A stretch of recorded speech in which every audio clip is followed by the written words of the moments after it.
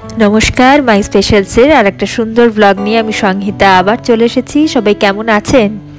আপনারা তো জানেনই গতকাল বেরিয়ে কোনো কাজের কাজ হয়নি, তবে হ্যাঁ আমাদের একটু ঘোরা হয়ে গেছে। চোখ দেখানো হয়নি ঠিকই, কিন্তু অ্যাপয়েন্টমেন্টটা নিয়ে এসেছি সকালবেলার।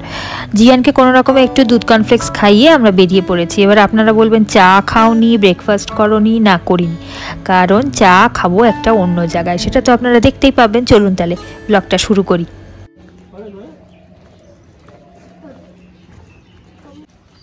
আজকে আবার আমরা সকালবেলা বেরিয়ে পড়েছি জিয়ানকে ডাক্তার দেখাতে। কালকে রাত্রিবেলা একবার গেছিলাম, কিন্তু কোনো কাজ হলো না, একটু দেরি হয়ে গেছিলো যেতে।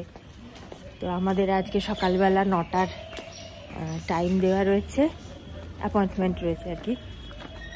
তো যাচ্ছি এখন, চলুন এগোই।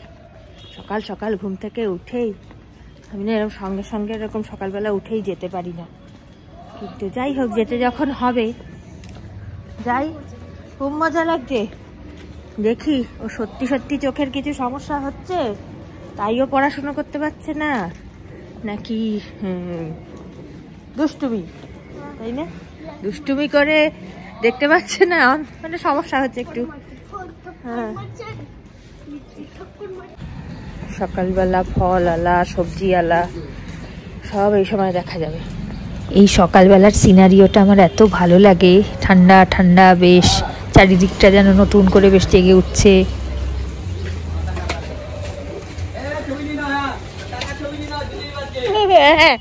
নিয়েছি, জিলিপিগুলো দেখতে পেলাম না, জিলিপিগুলো দেখতে পেলাম না, খালি তেল দেখছি। হ্যাঁ, দাঁড়াতে হবে, আমার সময় নেই তো, একটু তুলে নিলাম। হ্যাঁ, তুলে নিয়েছি।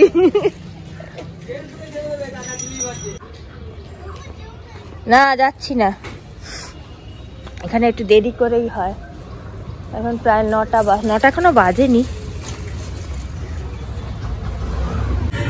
এখনো সব দোকান টোকান বন্ধ। এই যে কচুরির লুচি ভাজা হচ্ছে, ময়দা মাখা হচ্ছে।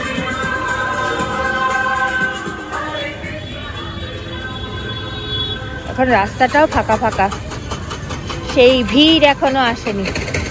11টা সাড়ে 11টার সময় যেরকম হবে।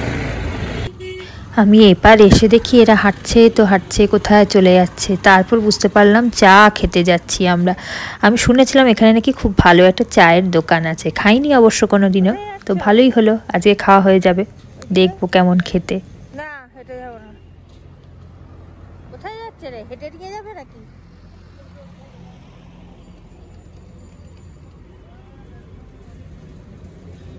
কোথায় যাচ্ছ? এই মহিলা বোধহয় ভেবেছেন আমি ওনাকে ডাকছি।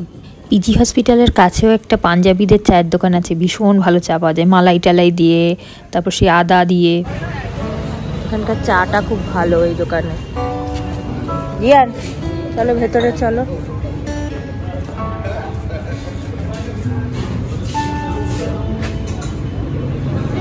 বসো এখানে, বসো বসো এখানে।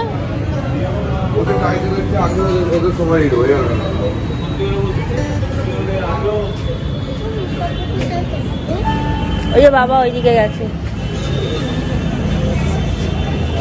কি বিস্কিট? একটা তোমার, একটা আমার, একটা নাও। আমি একটা নিচ্ছি, তুমি একটা নাও। কি নাও,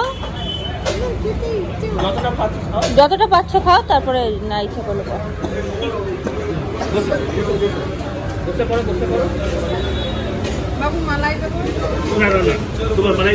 হ্যাঁ, দিতে পারো। মালাই মানে কি জিনিসটা? কি ওই? না না, দরকার নেই, না ঠিক আছে।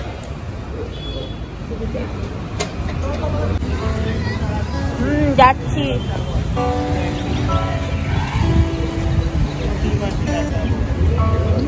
খুব ভালো খেলাম চাটা, ভালো খেলাম চাটা। হ্যাঁ, না খেয়েছি, অত বড় এটা খাওয়া যায়।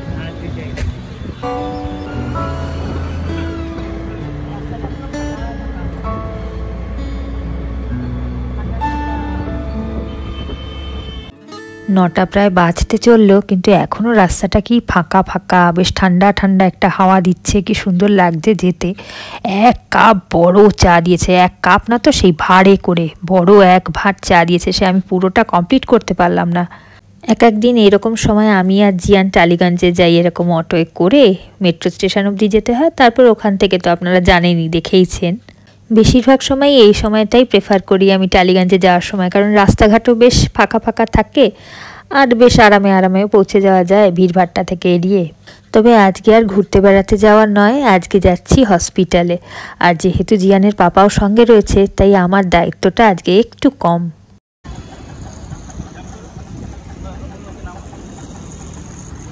আচ্ছা, নামো তুমি। চলো।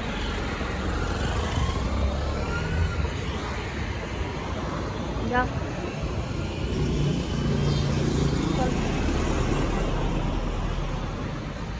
ওরা ওদিকে ফর্মটা ভরুক, আমি একটা জায়গা পেয়ে গেছি, তাই বসে পড়েছি।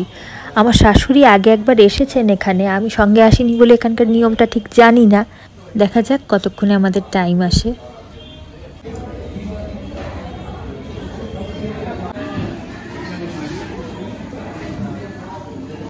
ও বাবা, এখানে তো সে বিশাল ব্যাপার, অনেকক্ষণ ধরে চেক আপ হয়। একবার অলরেডি চেক করে গেছে জিয়ানের চোখ, তারপরে আবার চোখে ড্রপ দিয়ে গেল, এরপর নাকি আবার সেকেন্ড বার চেক করবে। এই যে এখন 2বার করে যে চেকিং হবে, সেটা কিন্তু ডাক্তারবাবু করছেন না, সেটা এখানকার স্টাফরা করছেন। আর ফাইনাল যে পরীক্ষাটা হবে সেটা ডাক্তারবাবু করবেন।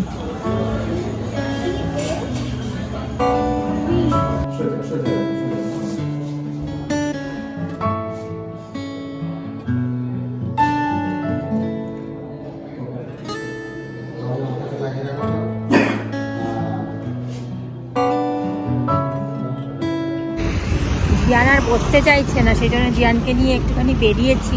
বেশ অনেকক্ষণ হয়ে গেল, 2 ঘন্টা প্রায়। ডাক্তার দেখালাম, ডাক্তার কি বললো সেটা বলছি। বলছে একটু আগে, মানে বেশ অনেক দিন হয়ে গেছে ওর একটা প্রবলেম হচ্ছে চোখে, সেটা আমরা অতটা বুঝতে পারিনি। যাই হোক, চশমা দিয়েছেন আর 2টো টেস্ট করতে দিলেন। একটা টেস্ট হয়ে গেছে অলরেডি করানো। তো আর ধৈর্য ধরে জিয়ান বসতে পারছে না বলে একটু বেরিয়েছি, একটু ঘুরিয়ে তারপর আবার গিয়ে বসতে হবে। আবার আর একটা টেস্ট হবে, এখন একটা রেটিনা টেস্ট হলো, তারপর সেই টেস্ট আর একটা টেস্ট করিয়ে তারপরে আমরা চশমা দিয়েছে একটা, সেই চশমাটা বলতে বেশ ভালো পাওয়ারের চশমা। দেখা যাক চশমাটা পরে যদি কোনো রিকভারি হয়, 3 মাসের মতন বলেছে টানা পড়তে, তারপর আর একবার আসতে। দেখি একটু ঘুরে ফিরে। ভেতরে আসলে আমি বেশি তুলতে পারলাম না, কারণ ওদের ভেতরে ক্যামেরা নিয়ে তোলা বারণ, তো সেই জন্য আর বেশি তুলতে পারিনি। তো হয়ে যাক আগে, একটু ওকে ঘুরিয়ে নিয়ে যাই। ওরা এগিয়ে গেছে সামনের দিকে, একটু ঘুরিয়ে নিয়ে গিয়ে তারপরে আবার বলছি কি হলো না হলো। আমি আর বেশি দূরে যাব না, ওরা গেছে যাক, আমি আবার ফেরত যাই। ভেতরে আসলে তুলতে পারছিলাম না, তো সেই জন্য ভাবলাম বাইরে এসে একটু কথা বলে আপনাদের সাথে তারপর আবার গিয়ে বসবো, কারণ যে কোনো সময় হয়তো ডাকতে পারে। রিপোর্ট হয়তো আজকে দেবে কিনা জানি না, কিছু এখন মানে ওদের নিয়মটা একটুখানি অন্যরকম, দেখা যাক।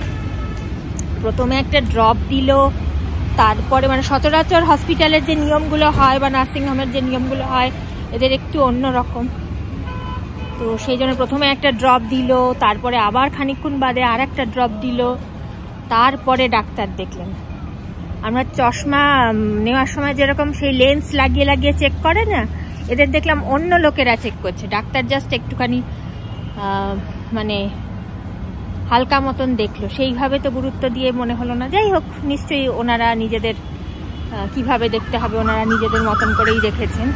মানে টেকনিশিয়ান যারা, টেকনিশিয়ান বলবো না কি বলবো জানি না, এমপ্লয়িজ না, এমপ্লয়িজও বলা যাবে না, কি বলে ওদের, যাই হোক মনে পড়ছে না এখন। তো তারা দেখলেন, সব লেন্স পরিয়ে পরিয়ে দেখছিলেন। আরও যারা মানে যেরকম ওয়ার্ডটা, ঠিক এক্সাক্ট ওয়ার্ডটা আমার মনে পড়ছে না।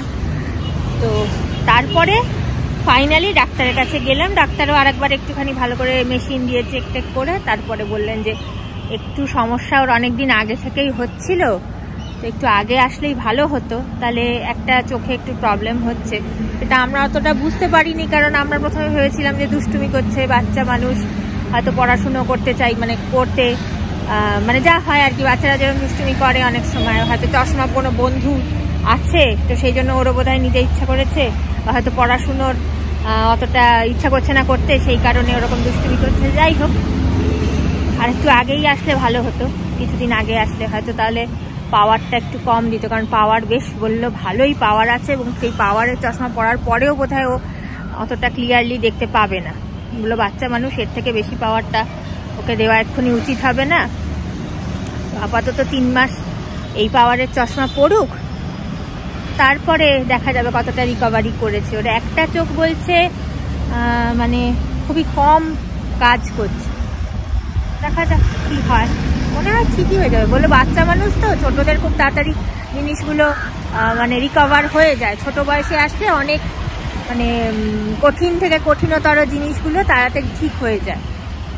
তো বললো হয়ে যাবে, ঠিক হয়ে যাবে, কারণ এখন অনেক ছোট আছে তো, ভালো হয়ে যাবে। আমি তারপর জিজ্ঞেস করলাম যে ডাক্তারবাবুকে জিজ্ঞেস করলাম যে কোনো এক্সারসাইজ করাতে হবে কিনা, তো উনি বলছিলেন একটা এক্সারসাইজের কথা, যে ইচ্ছা করলে আপনি করাতে পারেন, কিন্তু এত ছোট বাচ্চা তো হয়তো ঠিক করে করতে পারবে না, তখন আবার মানে একটা অন্যরকম কিছু হয়ে যেতে পারে, তো সেই জন্য এক্সারসাইজটা না করানোই ভালো। এমনি চশমাটা রেগুলার প্রত্যেক দিন সবসময় পড়ুক, খালি রাত্রির বেলাটা একটু খুলে রাখতে বললো, ব্যাস। যেরকম 24 ঘন্টা, মানে 24 ঘন্টা না, মানে কি বলবো, যতক্ষণ জেগে থাকবে ততক্ষণ পড়বে। তো যাই, আবার ভেতরে গিয়ে দেখি, এখন বেশিক্ষণ বাইরে থাকবো না, ওরা ওই সাইডে গেল, ভেতরে আবার যাই, গিয়ে বসি, আবার টেস্টের হয়তো রিপোর্টটা দেবে, আজকেই তো দিয়ে দেবে মনে হচ্ছে, কারণ একসাথেই করা হচ্ছে দুটো টেস্ট। যাই, ভেতরে যাই, মনটা একটু খারাপ খারাপ হয়ে গেল। বাচ্চা মানুষ অনেকদিন ধরেই বলছিল, মাম্মা ঠিক করে আমি দেখতে অসুবিধা হয়, দেখতে অসুবিধা হয়, এরকম বলছিল, আমরাই বুঝতে পারিনি। যাই হোক, চলুন ভেতরে যাই। ভেতরটা কিন্তু আমি তুলতে পারবো না, কারণ ভেতরে ওদের ভিডিও করা বারণ, আমি একটু একটু তুলেছি, তাও যাই হোক চলুন।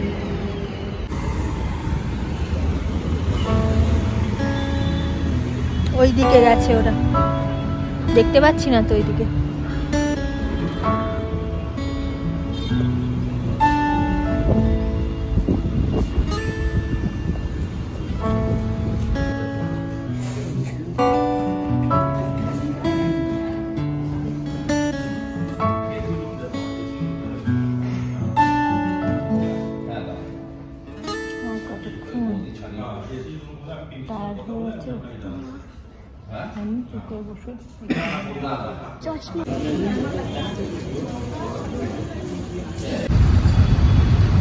হ্যালো, জিয়ান আছে, জিয়ানের মনটা ভালো আছে না? হ্যাপি হ্যাপি কেন বলে দাও, কেন? জিয়ানের চশমা হয়েছে, সেই জন্য জিয়ান খুব হ্যাপি। চশমাটা এখন নেই, চশমাটা বানাতে হবে ওই সকালে, মানে সন্ধ্যেবেলা। সন্ধ্যেবেলা আবার বেরোবো আমরা, চশমা বানাতে যেতে হবে, চশমা লাগবে বলেছে, যে অনেক ধরে একবার চোখের ড্রপ দিয়ে, একবার চোখ বুঝে, একবার এই মেশিন, একবার ওই মেশিন করে আধ ঘন্টা কি বাবা, আধ ঘন্টা কি বলছে? হ্যাঁ, চোখে আলো দিয়ে, নানা রকমের আলো ফেলে অনেক টেস্ট হয়েছে, অনেক সুন্দর। সেই আমরা বেরিয়েছি তখন 8:30টার সময় বেরিয়েছিলাম, আর এখন কটা বাজে? 2:30 বেজে গেছে, এখানে কটা বাজে?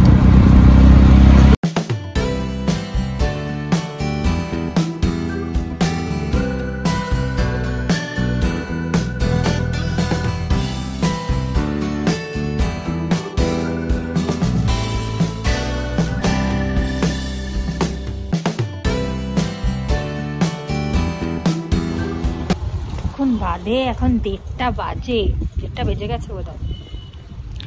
ঢুকছি এখন বাড়িতে, তো এখানেই আজকে শেষ করলাম ব্লগটা। ভালো থাকবেন, আবার সন্ধ্যেবেলা বেরোতে হবে। ভালো থাকবেন, সুস্থ থাকবেন, আনন্দে থাকবেন, নিজের খেয়াল অবশ্যই রাখবেন। খুব শিগগিরই আবার ফিরছি আর একটা সুন্দর ব্লগ নিয়ে। আজকের মতো টাটা।